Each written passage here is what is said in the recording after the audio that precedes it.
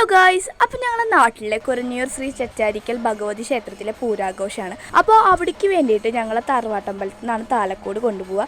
രാത്രി എല്ലാ താലങ്ങളും വന്ന് ചെരിയണത് ആ താലക്കോട്ടിലാണ്. അങ്ങനെ ആർപ്പ് വിളികളായിട്ട് താലക്കോട് നമ്മൾ അമ്പലത്തേക്ക് കൊണ്ടുപോകണം. അപ്പോൾ അടിപൊളി ആർപ്പ് വിളികളായിട്ടുള്ള നമ്മുടെ താലക്കോടിനെ ആനയിക്കുന്നത് നമുക്ക് കാണാം.